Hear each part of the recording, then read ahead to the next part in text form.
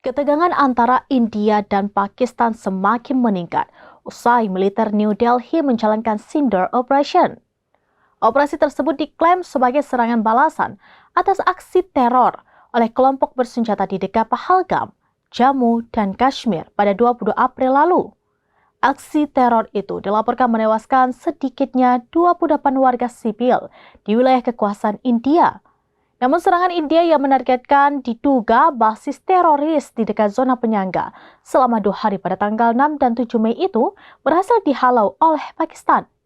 Melansir Clash Report yang mengambil sumber dari Anadolu Agency pada Kamis 8 Mei 2025, Pakistan mengklaim berhasil menghalau dan menembak jatuh 5 jet tempur India.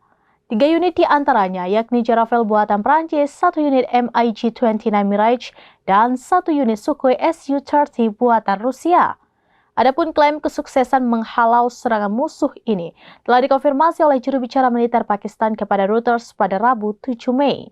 Ia juga mengklaim bahwa sebaliknya, seluruh pesawat tempur Pakistan kembali ke pangkalan dengan selamat pada malam pertempuran.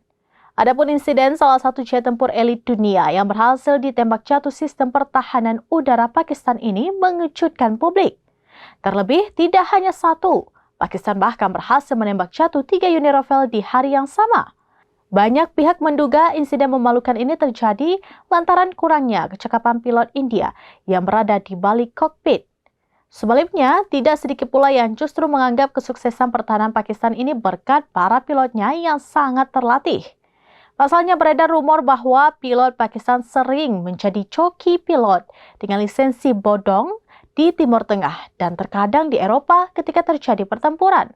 Meski demikian, dengan jatuhnya 3 jet Rafale sekaligus di tangan Pakistan dinilai sebagai tanda bahwa kejayaan alutsista Prancis di Asia telah berakhir.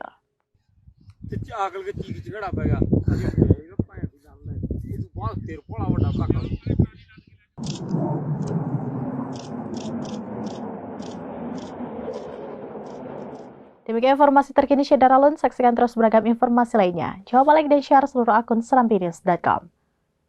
Download Tribun X sekarang, menghadirkan lokal menjadi Indonesia.